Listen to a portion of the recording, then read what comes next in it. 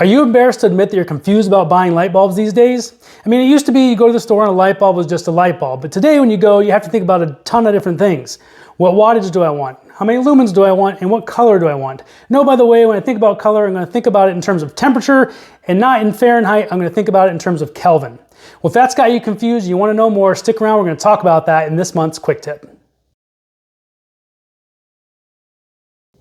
Hey friends, Ryan Reynolds here with Keller Williams Consultants Realty and this month's Quick Tip. Well, today we're talking about Light Bulb 101, and behind me we have 3 different light bulbs of different colors, temperatures, and brightnesses. So the first light bulb, which is the highest temperature light bulb, is the 6500 Kelvin, and it's really blue light bulb, and that's really good for like workshops and garages and laundry rooms and places like that where you need a lot of light and you want to be able to see what you're doing.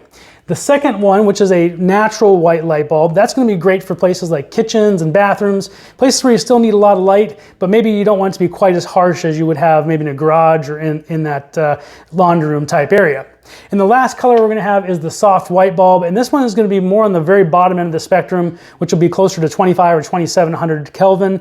And those are going to be for like your dining spaces or your living rooms or places where you kind of want a more warm feel, something like that. Now today's sub-quick tip within our quick tip is that when you're in a single room, you really want to stick to one color. And so the purpose of that room probably is going to dictate which color you pick, but just stick with one, otherwise it could get very confusing. Now when we talk about brightness, we're going to talk about that in terms of lumens, which is related to wattage, but not necessarily directly related like it used to be with light bulbs.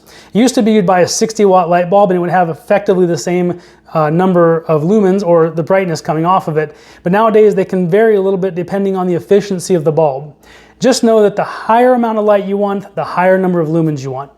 So as you're thinking about the light bulbs in your house and you decide you'd like to change the house instead of the light bulbs and you want some help buying or selling a house here in Central Ohio, reach out. My team and I will be happy to come out and share our bright ideas with you.